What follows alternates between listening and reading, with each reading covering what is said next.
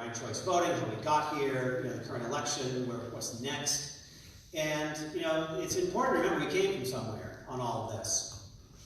Like, everybody's been talking about the timing of all this and how much time it's going to take and what time it is now and why are we not finishing tonight. And I think of a small petty king in Mesopotamia named Akkad, Sargon of Akkad. And he was the one that standardized a lot of our weights and measures. And, because sundials were all over the place, and nobody knew what time it really was. And so, because the Mesopotamians had their numbering system based on multiples of 6 and 10, we got the 24-hour day and the 60-minute hour, and we still use that today. And then later on, because we had railways, and they depended on schedules. And as you know, sunset in Maine is much different than sunset in St. Louis, Chicago, Las Vegas, or California. They developed time zones. And then during the war, we needed to save energy for our factories. So we developed wartime. We know it as daylight savings time. And I tell you these interesting little bits of trivia because they are examples of how we do things that influence what other people do in the future.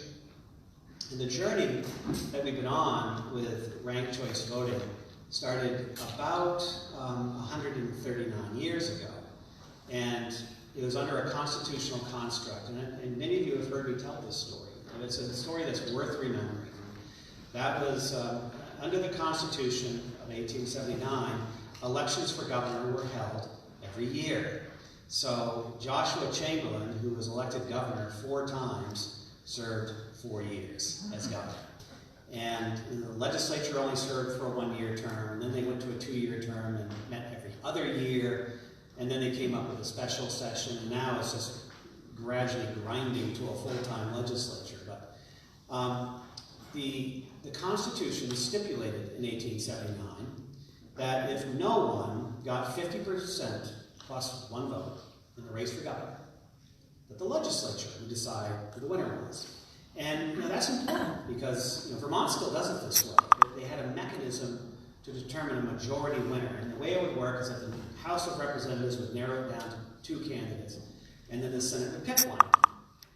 Well, there's a complication involved here, and that is that the elections were not run by the Secretary of State. They were run by largely local political committees. Nothing could ever go wrong with that. And we had a 3-way race for governor in 1879, and it was a Democrat, Alonzo Garcelon, and Republican Dan Davis, and there's a third-party candidate, a Greenback Party, the Greenback Party. Now, the Greenback Party was formed in the aftermath of the Civil War to preserve the wartime institution of federally produced paper money, which was done as a war measure to pay troops.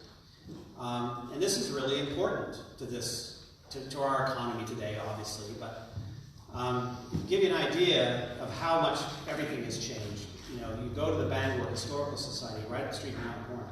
Beautiful facility. It's the Thomas A. Hill Mansion. And Thomas A. Hill, built the mansion. That's why it's named after him. But he was a banker, philanthropist, speculator. And if you look at the website, it describes how he wound up losing everything in the Panic of 1837. In 1837, he was speculating in land in the West. And what happened was something beyond his control. So they had crop failures in England. 2 years worth of crop failures. So they were borrowing, they're spending a lot of money to import food. And so the banks in England noticed that their reserves were drawing down, and so they raised interest rates to refill their coffers. And the pound was the reserve currency of the world. So when they raised interest rates, it sent this economic shockwave around the world. And suddenly money became very expensive, and there was no paper money. So banks produced their own banknotes. So they did something called, they suspended specie payments. You couldn't actually get money at a bank. And they caused runs on banks. And anyway, Hill lost everything. And He sold the house to somebody who later was the mayor of Bangor, sold it to the Grand Army of the Republic, who deeded it to the Bangor Historical Society, which is why it's still there today. So, you know, paper money was really important, and it was important enough to form a separate political party to preserve that institution, and they had some traction. Enough so that in the election of 1879, no candidate got more than something like 46% of the vote, which is a reminiscent total today. And so it's going to go to the legislature. Well, like I say, the Secretary of State didn't run the elections. It was run by local entities. And there were allegations that there were things going on like ballot box stuffing and voter intimidation, and the sitting legislature impaneled committees to investigate this. And what happened was that you saw legislative races turning over, and now control of the legislature when they doubt. And in a time of great uncertainty, with so much at stake, not only who controls the legislature, but who's going to seat the next governor, they did what reasonable people might consider doing. They got rifles, and they formed militia companies, and they marched on the Capitol. And it took you know, the Greenbackers had one, the Democrats had a militia company, the Republicans had, James Blaine led a militia company. He wasn't going to get left out of this. And they called Joshua Chamberlain out of retirement, and Chamberlain commanded state forces, put a cannon in the front door of the State House. Some accounts have it as a Gatling gun. I think cannons are much more dramatic. And there were plots to assassinate Chamberlain, and it took about 2 weeks, and they finally sorted it out, and they wound up seating Davis as governor. It ended Chamberlain's political career. Chamberlain wanted to be in the United States Senate, and the Senate was elected by legislatures until the ratification was the 17th Amendment, which provided for a direct election of senators. So that's why we never see them around the State House anymore. They're out busy getting elected. So the party bosses figured he wasn't really very reliable, so they would never allow his name to be brought forward for the Senate. So, I mean, there's some real ramifications behind all this. So anyway, the legislature took a deep breath, and they said, enough of this. Whoever gets the most votes wins. And that is the situation that informed the Supreme Court's advisory opinion this past year about ranked choice voting, or actually it was last year. When ranked choice voting was adopted by the voters, I and many others assumed, okay, now the legislature is going to go to work on this. They're going to integrate it into Title 21A. There are a lot of gaps that were not described in the initiative, like, you know, how do you get the ballots to Augusta? That wasn't described. And whether or not we had any authority to craft rules to fill in some of these gaps. The budget wasn't described. So we sort of felt, well, now we have to go to work and finish that. And then the legislature was in a complete scrum about this. And for whatever the political reasons, you know, the Republicans were very much opposed to this, and the Democrats were not unanimous in their support either. But in any case, there weren't enough votes to take care of the constitutional concerns as articulated by the court, nor were there votes to start over, repeal the whole shoot match and begin again. There were never the votes to do that. It got to be a little bit frightening for us because time is running. We're getting into the fall. We said, look, you know, the primary is now 8-9 months away. We have no more indication of how we're supposed to implement this than we did before. So they came into special session, they passed the legislation that was pretty much cut to pieces in the people's veto, although what was left in place was the rulemaking authority and some of the other details that we did need. They carved out what the legislature could agree to, which was a mechanism to delay ranked choice voting until 2022 and then repeal it by that time if a constitutional amendment was not offered to the voters and subsequently ratified by the voters. So, I won't talk about the flurry of lawsuits because we really have lost track of them. We don't remember how many there were, but there seemed like everybody there was not an unemployed lawyer within 50 miles of Augusta. So, we finally got through that, got the clear indication that we were in fact going to use ranked choice voting at least for the primaries and the federal elections in November. So, we wind up running the tabulation for the congressional primary for the second CD in June, and also the Democratic primary for governor. And everything worked. It was actually quite astonishing. We tried to figure out anything that could go wrong, and everything did. You know, it's like, okay, state police gather ballots for us for recounts, but that's not mentioned how we're supposed to get ballots. So we kind of take hat in hand, we go to the state police and would you be willing to help us out with this? And so, well, we would be willing, but we would need money, you know. And the way this works is when the state police gather stuff for us, they do it when they're off-duty troopers. They don't pull troopers off their normal duties to do this kind of work, so there's a lot of overtime. They love it because they get overtime, but it's very expensive, and the fiscal cost of that would be about $140,000. So the governor said he didn't want them doing it, and as sort of this Hail Mary chance moment, this is why you listen to people around you. So one of our property management folks at Motor Vehicles said, well, you want me to put out an RFI maybe to the London Couriers? I said, go ahead, it's going to come in at $500,000 to $1 million. And it actually came in about $30,000. So General Courier got the bid, and in June they got all the primary ballots from 503 communities in about 2.5 days. It was really quite remarkable. So that went well. You know, our partnership with our elections equipment vendor went very, very well. And they've written the algorithm to actually read the ballots.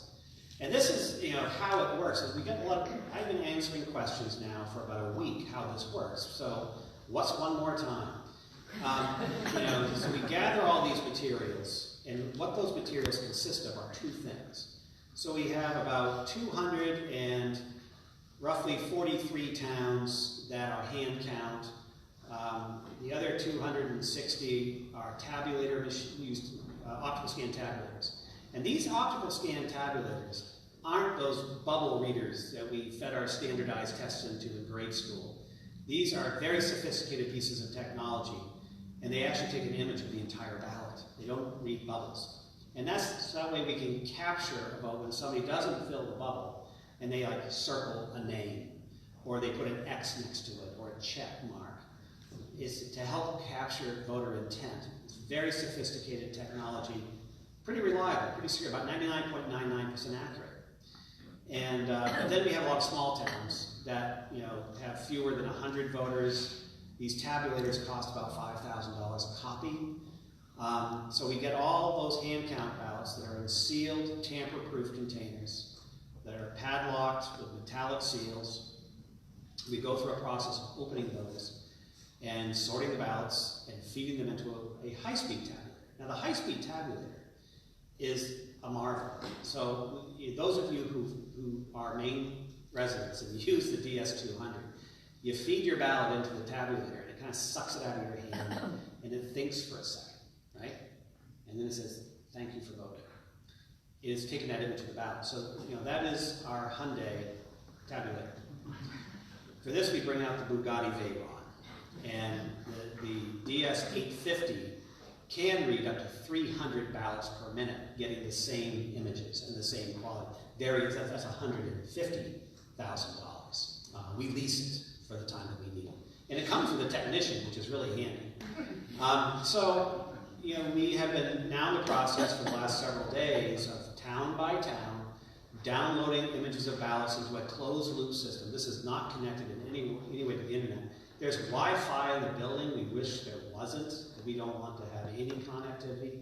And we want to show how, you know, what kind of Luddites we really are, you know, but that comes built in. We can't do anything about that. So the computer system is not, it's plugged into an AC, you know, outlet. There's no internet connectivity whatsoever.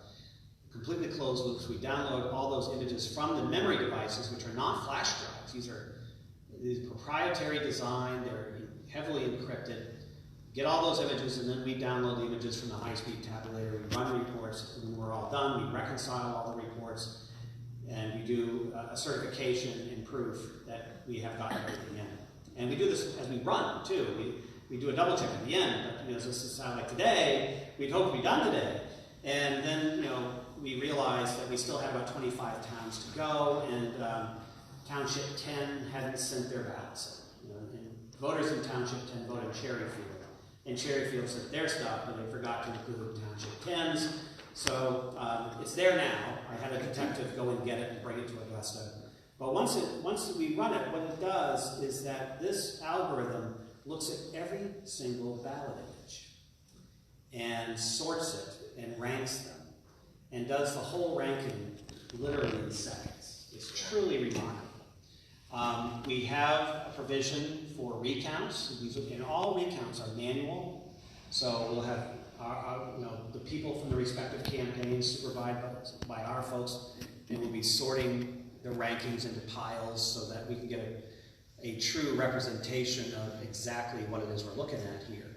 So, right now as it stands, Poliquin and Golden are in a virtual tie. There's about a 2,000 vote difference between the two of them, about 250,000 ballots cast between the two of them, at about 46%. And then, Bond and Hoare are trailing about 6% and 2% respectively, which represents just shy of another 23,000 ballots. And what everybody's desperately wanting to know is how those people rank their choices, and we're going to find out probably tomorrow once we get done ranking everything. So that's the general landscape of ranked choice voting, and I hope I didn't take too much time, because what this is about, I think they were horrified when I offered to actually answer audience questions, but that's really, I find that this is a conversation that you have a right to own and direct, and sometimes, I'm a windbag, I talk way too much, but it actually minimizes everything that we need to do. So, from there. So this is for you guys. Silence. Way over there. Ranked choice voting's been used in Australia for, I don't know, decades or so. Did we learn any lessons from them, or have other states tried it, or other jurisdictions? I'll restate that for the live stream. Ranked choice voting has been used in Australia. Have we learned anything from the implementation there, and have other states tried it? Is that? Yeah, that's basically it. Well, we have a saying. This is a great teacher. Yeah, well, we have a saying in this business, especially among the secretaries of state, that if you know how elections run in your state, then you know how elections run in your state. Right. Everybody does things a little bit differently, and there was a fellow that came up from Australia and talked about the Australian experience.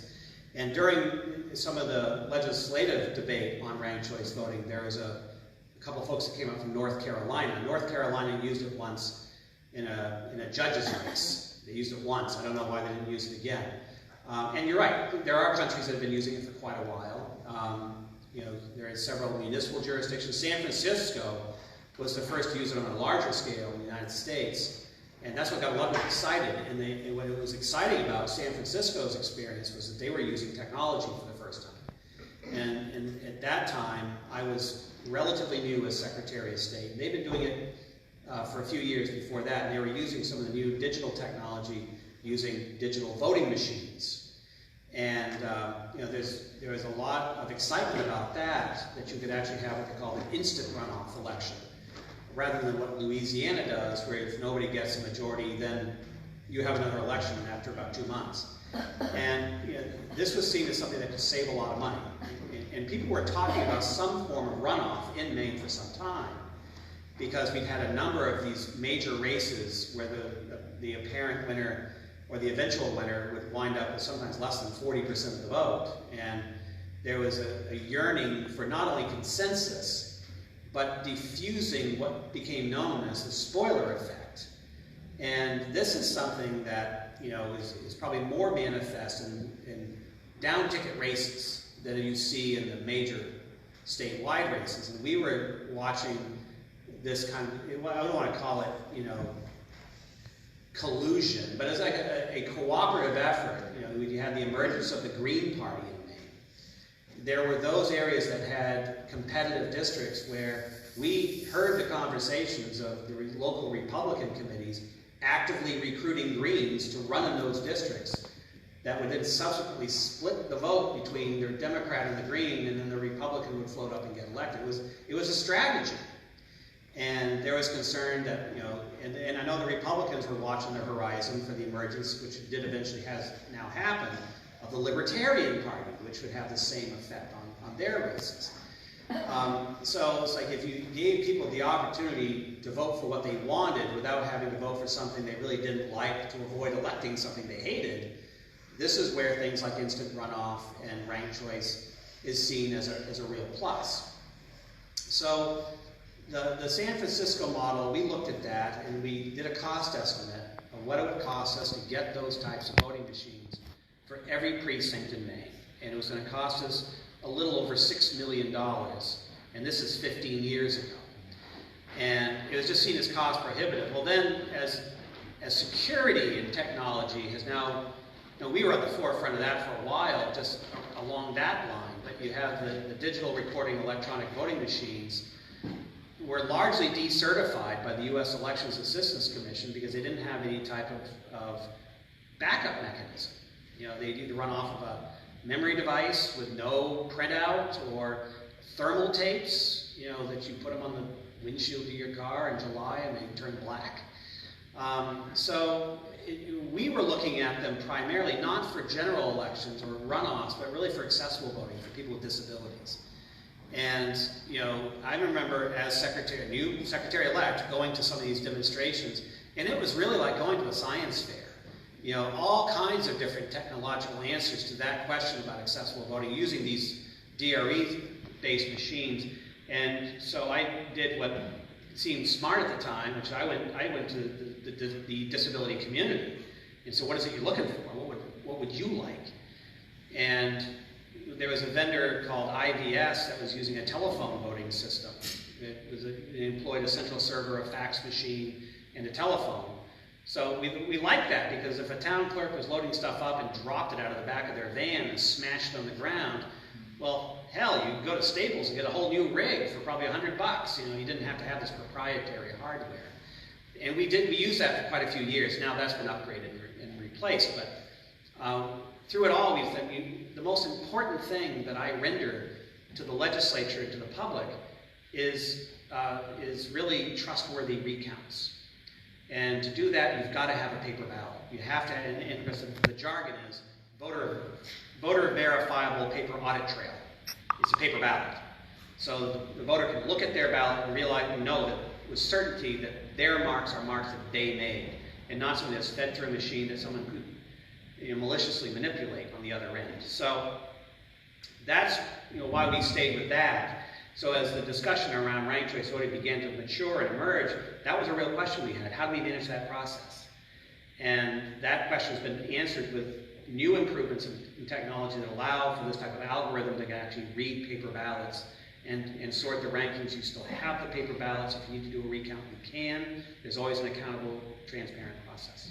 Long answer to a short question. So. Thank you. Question? With the Red Sox hat. I have a question, Matt. I'll never be a native Mainer, but I've been here 40 years, more than half of my life. And I came from Nebraska, which is a very homogeneous state compared to Maine in the sense that almost every election I can recall, they ran two candidates. They had a Republican and a Democrat. And when I came to Maine, I was pleased to see there were so many representatives from so many different points of view, the Green Party, the Libertarians, the Republicans, the Democrats. And the vote, of course, then logically following would be more divided into many pieces. And then seeing that the winner of the election then would sometimes come out with 35% of the vote didn't represent the majority of the people who voted. And I think in a state like this that ranked choice voting had a good approach for this to give more people more say for what they wanted to vote for. That's just my opinion. Okay, I'm not entirely sure I can restate that. Did you have a question as well, or you just wanted to make the point? I just wanted to make that point. Okay. Let me go over here. I have two questions, really. One is Governor Scott, the former Governor Scott, case may be, has chosen his own people to do the recount. So that made me want to ask, how were you, the people who are working for you, doing the recounting of the votes that had a first round to somebody else? Who is on your team? The other question is, the Holcomb team this morning reported in the Bangor Daily News that they're filing suit to stop any results that would be indicating somebody else than him as a winner. First point of that is he's a bad loser. But aside from that, what do you expect? Aside from that, how is that court case going to affect who takes the seat in Congress? Will Polkring still run around there until the court says otherwise, or neither one of them, or maybe Golden? So that's 3 questions now. I'm going to try to restate the last one because that's the only one I've got for sure. The court case, because I think that's also the one that's on everyone's mind right now. How will the outcome of the court case affect what happens with who actually goes to Washington, essentially? Is that right? Okay. Well, we don't know. I mean, obviously the judge is still contemplating that decision. We haven't really been paying a lot of attention to that because we're focused on the tabulation. So the Attorney General's office has been representing the state's interests in court, and the state's interests really are to defend the law. This has been something that is actually a lot simpler than it looks because Congressman Poliquin filed a lawsuit to stop the tabulation, saying that he believed that because of some provisions in other court cases in the Constitution that he has won the election, and so he's asking the judge to rule on that. We can't control that. There's a couple of mechanisms that will come into play here, which we are not even through the tabulation. So I'm not even speculating on what is going to play out next. But if we run the tabulation and come to a conclusion, like I said, there is an opportunity for the apparent not winner. I hate to use the word loser, but the apparent loser could ask for a recount. Now, we've been doing recounts for a long time. It's a very solid process that people have a lot of confidence in. And, your first question, which we didn't restate, about Governor Scott in Florida and how he's doing the recount, again, it's different rules. But, when we do recounts, we supervise the recount. The actual counting is done by the teams of the candidates themselves.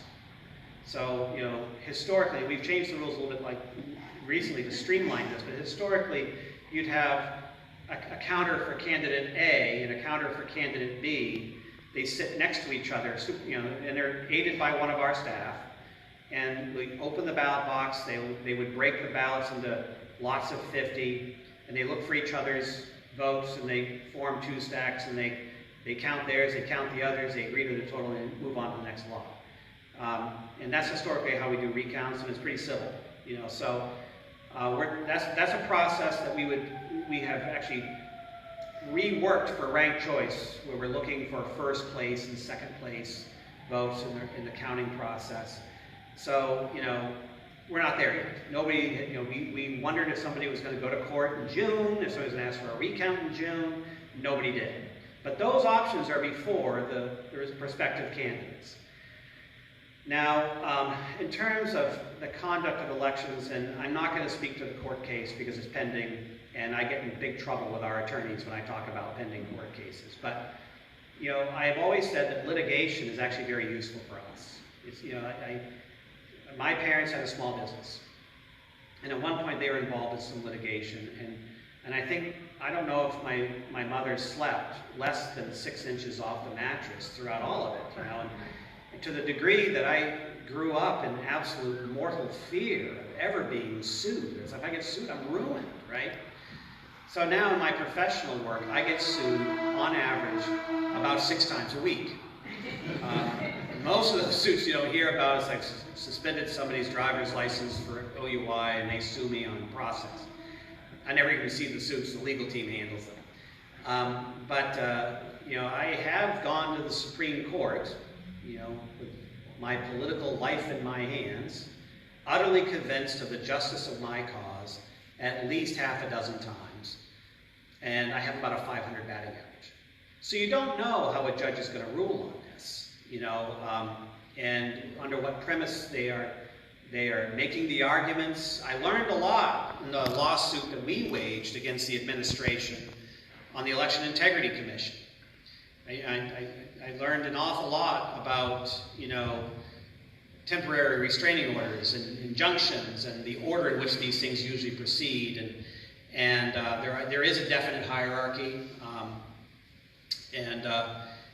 What I will tell you is that whatever comes out of this will make the process better, you know, whatever that means. We rely on findings from court. Sometimes, you know, when we wound up prevailing in that lawsuit against the Trump administration, people told me, you must feel incredibly vindicated. You must feel triumphant. You know how I felt? I felt relieved that I wasn't out of my mind to go down that direction, and because you don't know. And on the other hand, when a judge rules against you, as an administrator, I'm not a policymaker. I don't make policy. The legislature makes policy, and then I implement it. And then you run into a situation that you could never have anticipated, and you try to apply the law to that, and you screw it up. And the judge tells you screwed it up and tells you why, and that then charts your course into the future. So it's incredibly useful what is going to happen next. Even if the judge decides not to do anything with the case or decides to overturn everything, we'll have a much better rationale when we go forward. So that means we don't know who's going to Washington.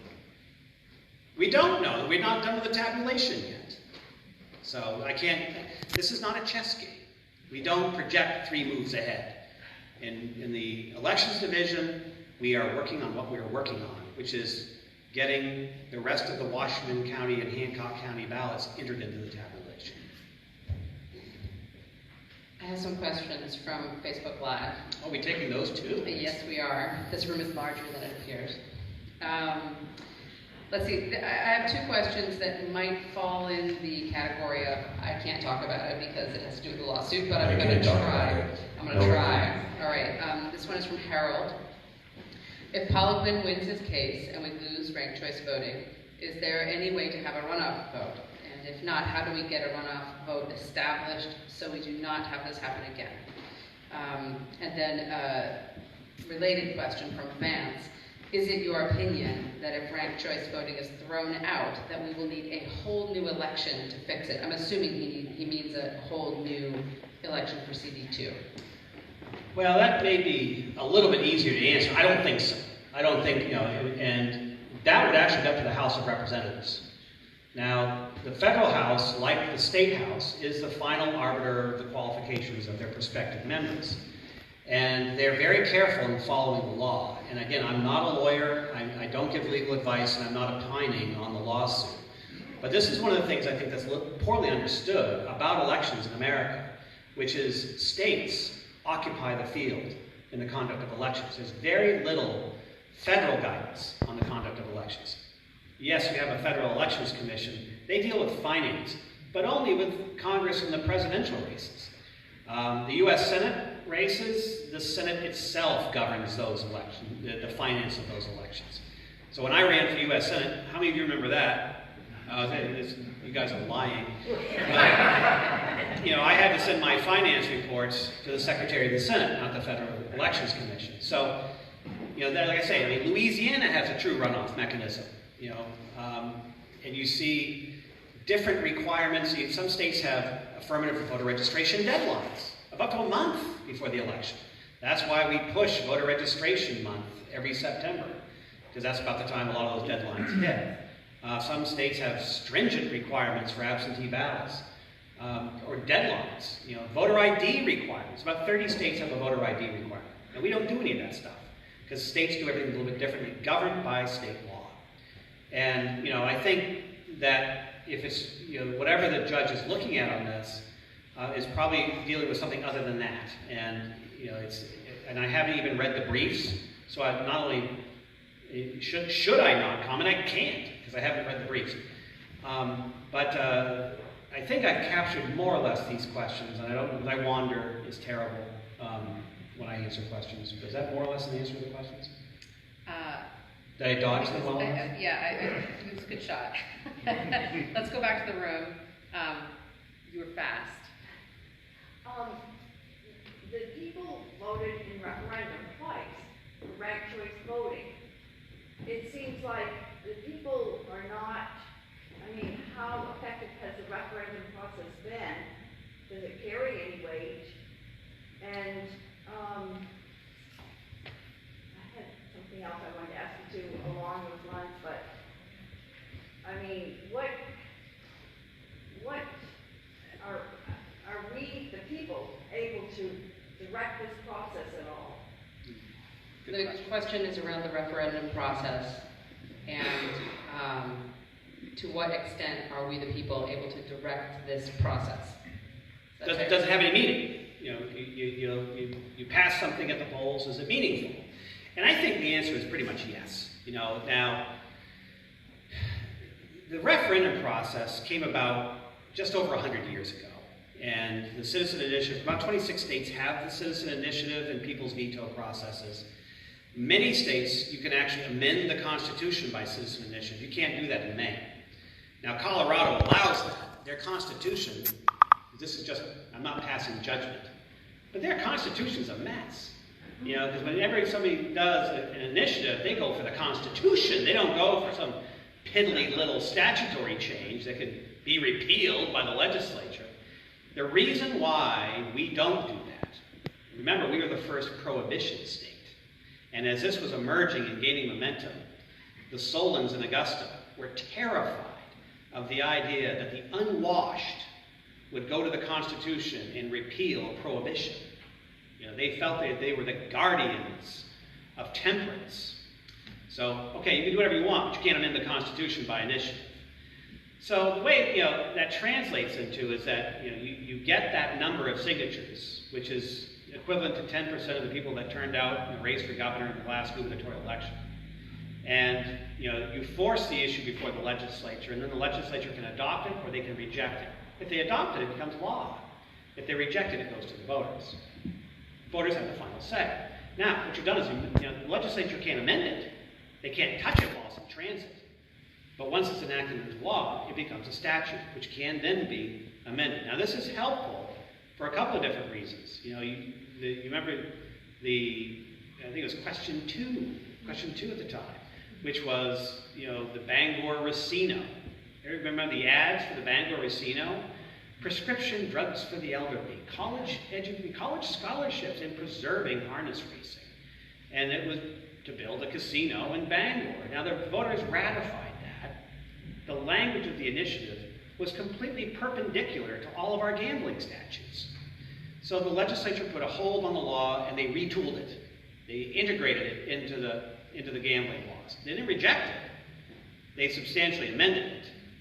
And, the legislature historically has had a great deal of deference on citizen initiatives. They hate to touch them. Now, we've seen them amplify and increase in use, and they've become a little bit more complicated.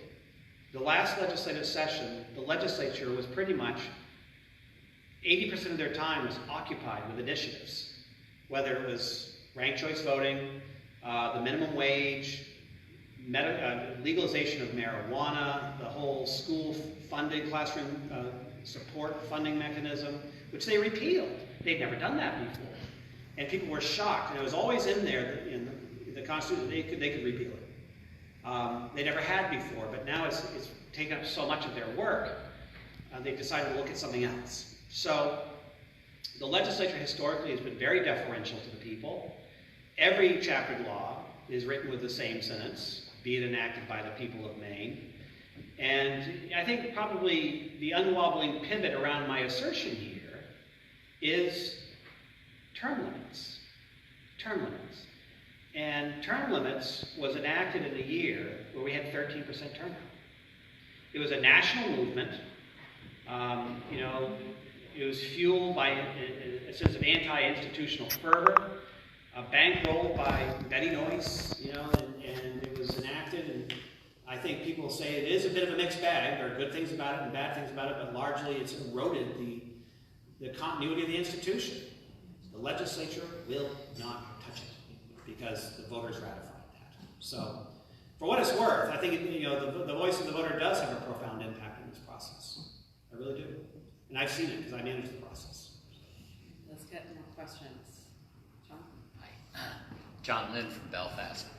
I'm curious, is there a plan or a mandate for a follow-up evaluation, a process, or a performance evaluation of ranked choice voting once everything's all done to decide where to take it from here? Is there a performance evaluation plan for ranked choice voting, and how do we decide how we move forward with it from here? That's kind of a constant process, and when the polls close at 8 o'clock on election night, our work just begins, and it goes on throughout the entire year. And yes, we do review our processes and procedures. We did in June. We are completely flying blind going into the June primary. Nobody had ever done this on a statewide scale using this kind of technology before. So, like now, back then, we didn't say, well, we'll be done by Friday. We didn't know when we were going to be done. And the press has been driven to distraction by me because they'll try to sneak it in. Look, just for my own planning purposes, because I got a big pile of brush I got to burn. Not for publication, but just, no, I'm not telling you. And another one was like, well, my daughter has a concert. I'm going to have to be out of town, or I've got another story I've got to run. Well, run your other damn story. It pays off for us. We're not trying to keep secrets, by the way. We just don't know. So the way we maintain public confidence in what we're doing is we keep telling them where we are. We have about 25 towns to go. Small towns, probably fewer than 100 to 200 voters. Chances are we'll be done running everything in by noon tomorrow, and we could run the tabulation sometime in the afternoon. I can say that now with some confidence, whereas yesterday I wasn't really sure if we were going to run this today or tomorrow. And if I said, yeah, we should be done by the end of the day tomorrow, I'd be getting that read back to me by a lot of people. As it is, people have been calling me, even as I was taking the stage, people were calling me, it's like, why can't you get this done? And, part of that is, I believe that we do our best work when we're not exhausted.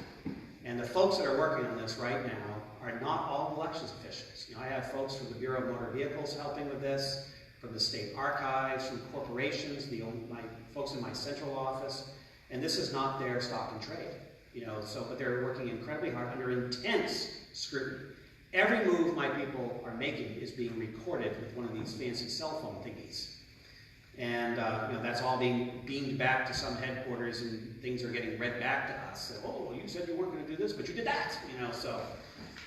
The cure for that is to just be transparent and answer the questions. But we do go through that. We went through that in June. The legislature is going to look at this again. It's going to have to. If people really truly want ranked choice voting for all elections, that's going to require a constitutional amendment. And that's going to require 2/3 of the legislature to send a resolution on to the voters. And I think because we've used it, and I talk to a lot of people, that may surprise you, I talk to many people. And people who knew nothing about this process. They haven't followed the debate, they tune it out, they show the polls. They said, I really liked that. I really liked being able to vote for somebody I really like, knowing full well they don't stand a snowball's chance in a blast furnace of getting out of the first round. But I admire their pluck, I like their message, and I want to send them a vote. But I also don't want to take the chance on electing somebody who I contend may be the twin brother of Darth Vader. If I throw that vote to the guy I really like, I'm really voting for the other guy. And people have articulated that.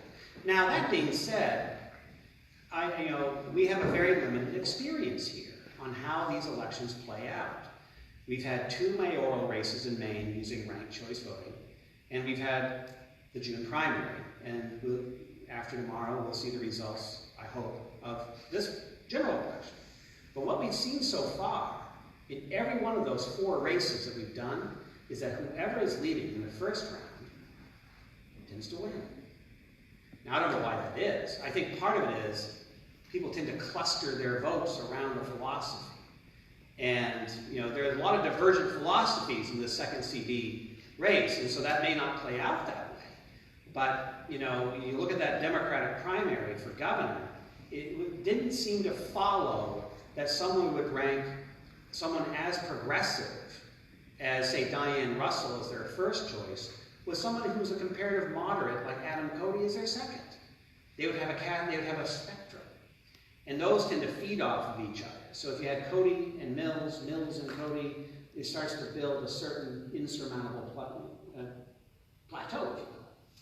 And that seems to have played out. We'll know tomorrow for sure, I hope, he said, with 99% certainty. We will review it. So I have a two-part question. First, could you speak to the accuracy of recounts during your tenure as Secretary of State? Like, what's the difference you've seen between the original count and the hand count? That's the one. And then the second one is, and I've kind of been giving this answer all along, but if we know on Tuesday night that Poliquin and Golden are 2,003 votes apart, why in the world can't we find out what the second place votes are? I mean, it scans the same ballot. Those are excellent questions. Okay, I'll give that a shot. Those are, I think I can do two of them. The double barrel ones are hard. First question had to do with what is your experience with the integrity of recount and hand counting versus the accuracy. Hand counting versus other methods. And the second one is, if we understand on Tuesday night, election night, that, say, Poliquin and Golden are 2,000 votes apart, and we know it's going to take us a little while to finish this process, but why can't we also learn what the deal is with the second place votes? I'm going to answer the second question first. Now, this is a strategic decision on our part. Not to keep information from you, but to let you actually know where we are. When we were looking at ranked choice voting, well, all the different iterations of it would look like as to how you would do the tabulation, it's not intuitive. But if you think about it, voters in Caribou are going to be ranking their choices probably differently than voters in Kennebuck. So you can't really say, well, you know, Golden got so many, you know, he won here and Poliquin won there. It wouldn't make any sense. You'd be having like 503 local elections and then trying to figure out, you know, what that cascade. You couldn't do a cascade. The only way it makes sense is to do it all in one sweep in one place. So, we don't want there to be a mystery. We made the determination so that we would know what our next steps were.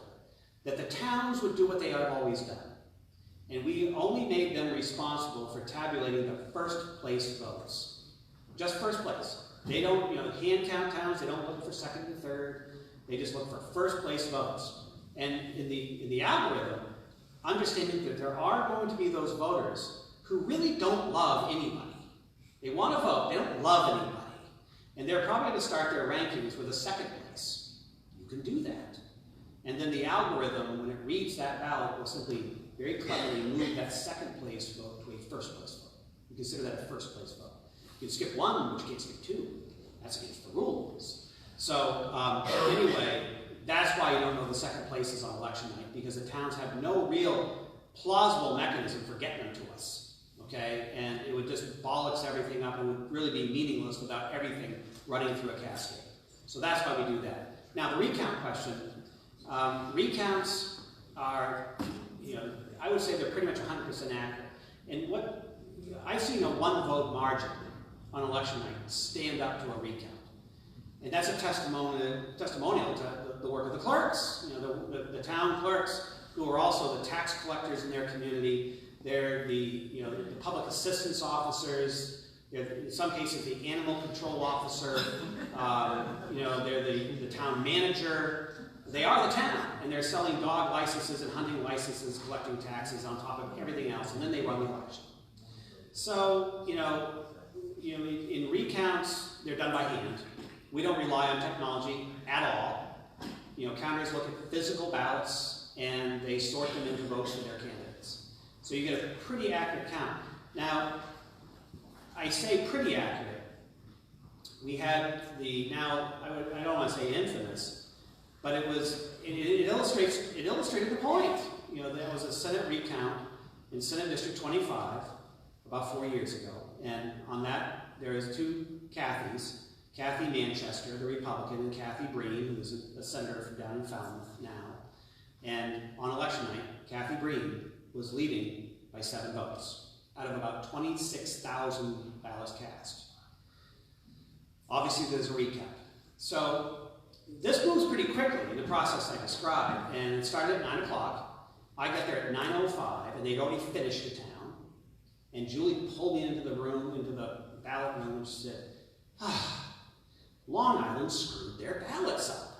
This town of Long Island in Cumberland County. And she said they missed 21 ballots for Manchester. They didn't count them, which swung now a 14 vote advantage for Kathy Manchester. That holds up through the entire recount. Kathy Manchester, the Republican, wins the election by 14 votes. Well, Kathy Breen, there's enough disputed ballots that they decide not to sign off, and they're going to send it on to the Senate to make the final decision about who won that race. And I'm in the grocery store on Friday night, my cell phone rings, it's one of the attorneys, and I think Kathy Breen just wanted to find closure. She wanted peace. And she said, can I look at the incoming voter list? Now, the incoming voter list is what, you know, the ballot clerk handles when you go to vote, and you say, you know, my name is Matt Dunlap, and they check your name off. Now, what we use that for is that after the election, we enter that all into the central voter registration as part of your voter participation history. And it also reconciles exactly how many ballots were used in the election versus how many were sent. All those numbers have to come out the same. So there's a lot of accounting that goes on here. So we get the incoming voter list, and wouldn't you know, there were 21 more ballots than there were voters who showed up. I get the call from my chief deputy who'd gone over to the recount center, and said there's 21 more ballots. I said, okay, the first thing everybody needs to do here is calm down. We don't know what this is. We're not going to talk about it publicly until we can ascertain what it is, but it was clear we had a problem. Now, in the following weeks, it got stupid. The rumor mill was working 3 shifts. The ballots were a different color. Only one race was marked. It was suggested to us that someone had passed away on election day in the town of Long Island, and perhaps we should be looking into this. And by the time we got to that point, I said, yes, all this is true. And there was a severed hand in the ballot box. And the ballots were wrapped in a Jolly Roger flag and run through with a bloody dagger. But that's where we were. So, we get to the senatorial vote committee meeting, and I'm not there, you know, because my life is enough at risk in any given day without going to one of these committees. And I'm listening on the intercom, and Julie Flynn says, I am 99.999% sure this is accurate. And I'm listening, and I hear her go, oh my God. This is what happened. Remember I talked about the lots of 50? Well, they sorted them into, 29 ballots for Breen, 21 ballots for Manchester, and they moved on to the next lot, and they left the 21 ballots on the table. And they counted them again. It was a counting error. Neither the Republican picked it up, the Democrat didn't pick it up. My staffer, poor Howard, we still call him 21 in the office. Can Howard count to 21? That's the question. But it was like, but the point of that is the process picked it up. Rather late, we'd rather take care of that in the recount than in the senatorial vote committee.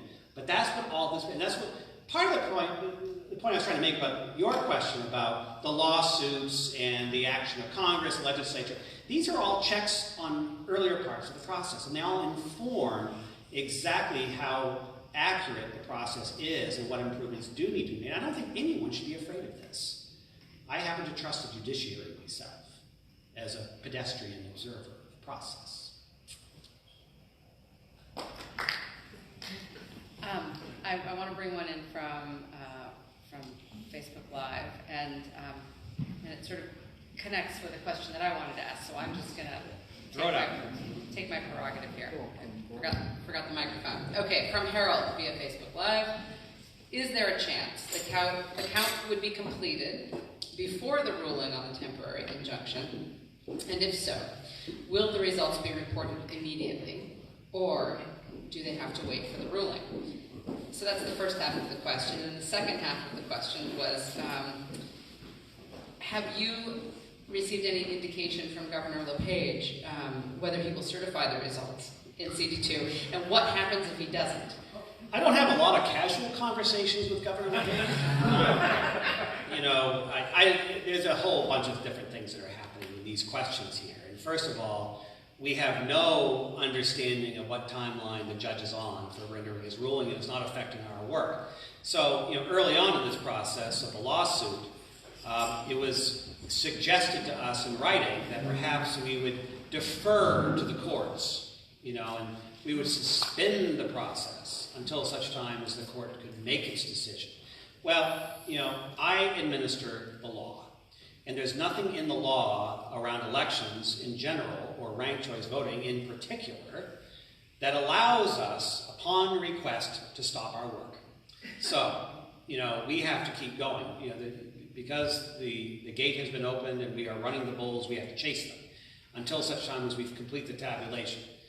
And I think, you know, realistically, now that the judge has not issued the temporary restraining order, I don't know if that's completely off the table or not, but, you know, it seems to indicate that it doesn't really matter what the tabulation turns out to be. He's going to issue a ruling of some kind that will inform the process. So we're not worried about that at all.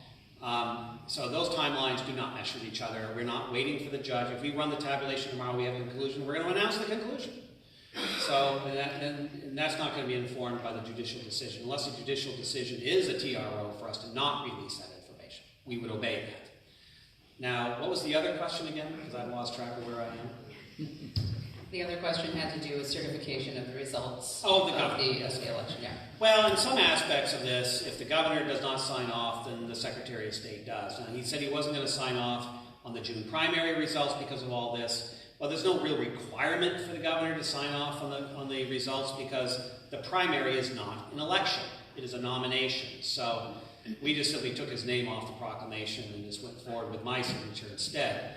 I think, and I'd have to go back and look at this, but I think there is a provision that if the governor refuses to sign a substantive proclamation, that I think I do it, but I have to go back and look at that. In any case, you know, nobody can stop the will of the voters in an election. You know, you can't stop it by refusing to sign a proclamation. So there are a lot of safeguards built into that. I have a question. Oh, sorry, in the back. Oh, the guy in the back. Okay. I'll wait. This last election, we had a lot of wait times, some of them up to an hour. And we also had, we have an aging population and we have a lack of volunteers at the polls. And I was wondering if the cost of the election would be, per ballot, would be better suited by mail instead of by polling place. Wait times. A question having to do with wait times, aging population, and would vote by mail be more effective and more cost effective? Oregon has vote by mail. Yeah. Well, we've looked at vote by mail, and I went out to a conference in Oregon. Now, Oregon votes entirely by mail, and many jurisdictions in Washington State do as well. And they have a pretty sophisticated process how they do that, and it's not a matter of just simply mailing stuff. The Postal Service actually has drop boxes strategically located, so if you can't get to the post office, you just drop your ballot in a drop box, and they make sure it gets to the polls in time. You know, we proposed allowing for that, and again, that like so much of our election law is enshrined in the Constitution, so you just can't do it by statute. You know, when we were first looking at ranked choice voting, we proposed a pilot project at the municipal level, which I thought the town clerks were going to draw and quarter me for that proposal. They couldn't testify lustily enough against that proposal. Because I thought, well, geez, you have all these school board races, you know, vote for 2 and there's 3 people running or 5 or whatever. That would make sense. But they would have had to do that by hand. And in a lot of these town elections, turnouts of several hundred. It's not an overwhelming turnout. But, like true early voting would be a huge relief to everybody. Early voting, people say, I see the confused faces, don't we already have early voting? Well, no, we don't. We have absentee balloting. And there's a vast difference. When you vote by absentee ballot, you fill out an application, or you call the clerk, and the clerk fills out the application for you. The ballot is mailed to you, or you pick it up, or someone picks it up for you. It's in 2 envelopes, an inner and an outer. You open the outer envelope, you get your ballot, you vote it, you seal it in the inner envelope, and you return it. Then when it's processed, either on election day or sometime before, depending on the town, the size of the town, they go through the process of opening the ballot, they announce your name, you can be challenged. Then the application is then stapled to the envelope, the ballot is mixed in and cast. It's an enormous amount of work. Now, early voting, you'd set up a polling station, probably town office, regular business hours, 9 to 5, whatever. People walk in and say, yeah, I want to vote. You check them off the incoming voter list, you give them a ballot, they vote it, they cast it. It's gone. And there's no extra paperwork for the clerks. We did 2 pilot projects on that, mostly around off-year referendum elections, because the Constitution says that the election for candidates is the first Tuesday after the first Monday in November. So there's no opportunity for us to do it for candidates without a constitutional amendment. So we asked for a resolution to amend the Constitution to allow for early voting. And by the way, it might not be a bad idea to have a permissive piece of language that would allow for vote by mail for the very reasons that you just articulated, that it saves money, it saves time, it saves you lack of poll workers, you can do it on a rolling basis as long as the clerk gets the ballot by 8 o'clock. I won't describe the lifespan of that proposal before the legislature. It was probably about the same life expectancy of the average World War I fighter pilot, which I believe was 18 seconds or something like that, or 3 minutes or something. So it wasn't, and actually I have to tell you, it was the Senate Republicans that were really opposed to it.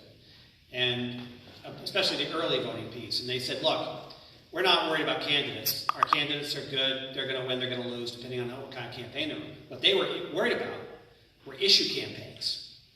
Issue campaigns that if you have, the urban versus rural divide, you have another gun referendum, you have an animal referendum, and people in Portland can vote for 2 weeks, it just gives them the chills, so they really want nothing to do with it. Nothing we've seen in our practice or in practice around the country suggests that it actually enhances turnout. It just makes it easier for the voters that do turn out. We're not at all opposed to these things. I've proposed them at least twice, it just hasn't gotten off the ground. I have a couple from Facebook. A couple questions that are not about process. Hunter wants to know how tall is Bruce Poliquin? He's one of the very few people in government that if I was on a basketball team with him, I would be the center. Okay. Another question from Facebook. This was from Holly. She wants to know a question regarding, there's been a lot of discussion around how ranked choice voting is very confusing. And her question is, what is how have you chosen to describe ranked choice voting? How have either in terms of, when it was up to the voters to decide to choose it or not, how was that chosen? But also when you think about what grade level to write at, what grade level do you aim at, or is that part of how you think about it? Okay, well, there's a couple questions in there. But one of the things I think that certainly policymakers become guilty of, I don't think they're born guilty. They become guilty. And that is to assume that voters don't know what they're doing. I have learned that voters are actually wicked smart. They vote for stuff they want. They vote against stuff they don't want. They're not thick in the head. They can figure this stuff out. Now, when we were putting together the sample ballots for ranked choice voting, and we released those sample ballots in May, we got a lot of questions about them. the questions we got from the public were actually really thoughtful and intelligent questions, which told us we weren't confusing people. You know, people they can figure this out. Where there was confusion was when we were mixing ranked choice and plurality elections in the same election cycle. And anecdotally, it wasn't epidemic, but there were people who thought they could rank their choices for governor, and they marked more than one bubble, and they had to get new ballots. Didn't realize they weren't ranking them, they were just voting for a lot of people for governor. So, you know, but along the lines of things like, I think the second half of the question dealt with things like referendum questions. You know, when we write the questions, do we work for a grade level? Yes, we do. We try to keep it high school. You know, I think the average person reads at least a high school level. Some do better, some don't. You know, and I've taught composition, and I had a student who didn't know what capital letters were for, you know, and he figured it out. But we can't assume that everybody, you know, when we write a referendum question, we base it on the supposition that there are people who don't subscribe to the Bangor Daily News. I can't believe they're still out there. Who don't have a radio, who don't watch TV, or just simply don't pay attention to something. Mostly people are busy.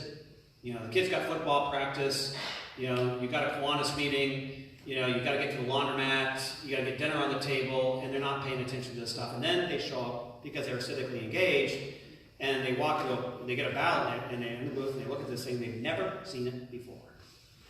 And my job, as much as possible, is to articulate what the affirmative effect is of a yes or no vote in one sentence on a complicated issue. Now, I got the crap kicked out of me. It still am. And I'm sure people are thinking, we're waiting to kick. Over the people's veto question in June. And people said that I was somehow intentionally misleading people with that people's veto, unranked choice voting. That, you know, they couldn't understand what, you know, a yes vote meant, what it was we were trying to do, and people were very frustrated. Now, when we wrote the question in November, and we had a very short time frame to do it, it was like with citizen initiative questions, you know, you put out, we kick it around the office with attorneys, and, you know, we had volunteers who helped write the question. I have the final say over the final draft. We put it out to the public comments on it for 30 days, and then we make whatever suggestion, take the suggestions, and we try to build them in. That comment period is something else. You know, people say, oh, I'm dead against this. It's like, well, okay, that's not what we're looking for. We're looking for suggestions on the question itself. And then we frame a final question. It takes about a month and a half to do this. People's vetoes, we have about 5 days to draft the question. So the problem with the question on question 1 in June was that if the legislature had moved to repeal ranked choice voting, it would have been really easy. You know, we just sort of said, do you want to continue with ranked choice voting? Yes or no? And people said, why didn't you say that? Because that's not what the legislature did. They had a delay mechanism with a possible repeal if the legislature didn't take another action within 3 years. You know, and that's tough. And so, just as an exercise, you know, I went through people's veto questions. I'm going to take the opportunity to read to you a people's veto question from 1957. Now, people who think that I am opaque, buckle up. Shall, the whole of section 1, in parentheses, increasing registration fees on passenger cars, close parentheses, semicolon. All references in section 4, increasing fees on motor trucks from 0 to 26,000 pounds. Gross weight, and the whole of section 6, increasing operators' license fees from $2 to $3. Of the act entitled An Act increasing registration fees for motor vehicles and operators' licenses, designated as chapter 330 of the public laws of 1957, there's more. And also all references increasing fees on motor trucks from 0 pounds to 26,000 pounds gross weight in section 1 of a certain act entitled An Act relating to the registration fees on certain commercial vehicles designated as chapter 363 of the public laws of 1957 become law. So you think, you know, this is why, you know, the law stipulates that you can't have a yes means no question, because if you supported the people's veto, you voted no. If you supported the law, you voted yes. So the legislature said you can't have a yes means no question. Now with people's vetoes, that's hard, because yes, I want to reject the action of the legislature. So, you know, we try to get to as articulable and understandable a reading level on questions as we can get. with very sophisticated initiatives, it's very difficult to do. When I was a cook as a grad student in the English department at the University of Maine, the other cooks used to laugh at me and say, what the hell are you going to do with an English degree? Well, ladies and gentlemen, this is what you do with an English degree. I think that we have time for maybe one or two more questions. You've been very patient, sir. Thank you. Yeah, I'm from Castine, and we had 400 votes last time. 461. Yeah. And I'm all in favor of electronic counting. And what I remember from that election is that we had 2 ballots, and one was registered in a machine, and I don't remember which one it was, and the other one was just kind of handed in as a paper vote. And as I said, I'm all in favor of electronic counting. So who is kind of preventing that from being done? Because in our case, we have the paper copies available for recount and so on, but we would be able to get the vote practically immediately after the vote is closed at 8 o'clock. And I've looked at India. I mean, they, in this kind of huge country, they have the result available the next morning. Sure. Matt, if you can't answer some of those, I can answer a couple. I understand. I'm joking, but I was in there counting the votes, and he forgot to ask. Yeah. So the question was, why don't we have electronic results immediately for everything? And I can tell you were from Castine from your accent, by the way. So You had a question about my accent? You can tell where I come from. I'm joking, Bert. With I'm our joking. accent. We're very far east. Okay. I'm really sensitive about that. I am an immigrant and I'm an American citizen. I don't want to have questions about. I don't like questions about my accent. Okay. Sorry. And I love my accent. Yes, of course. So the electronic voting. If you're talking about voting electronically, and we get questions about that quite a bit. Why don't we have electronic voting? Like, for instance, one of the questions I get is, why is it we can do this for the All-Star game, but you guys can't do it in the state of Maine? And part of it is, what I talked about, the paper trail, wanting to have paper ballots. I wasn't sure if you were talking about the differences in an election whereby you have hand count ballots and also tabulator machines that record the vote. That's sometimes we've had to do that, like in Penobscot County this past election. We had a hand count ballot for the special election for county commissioner, because that came up rather late. Because we have to print those ballots, we have to have them ready 45 days in advance of the election. So when you have what happened here in Penobscot County, where a county commissioner passed away rather late, and there was no determination on a replacement candidate until well into the cycle, we had to do a hand count ballot. But the issue around electronic voting and electronic voting machines is really one of security. And the technology has advanced leaps and bounds. Like what we're doing right now was not possible even 5 years ago. The technology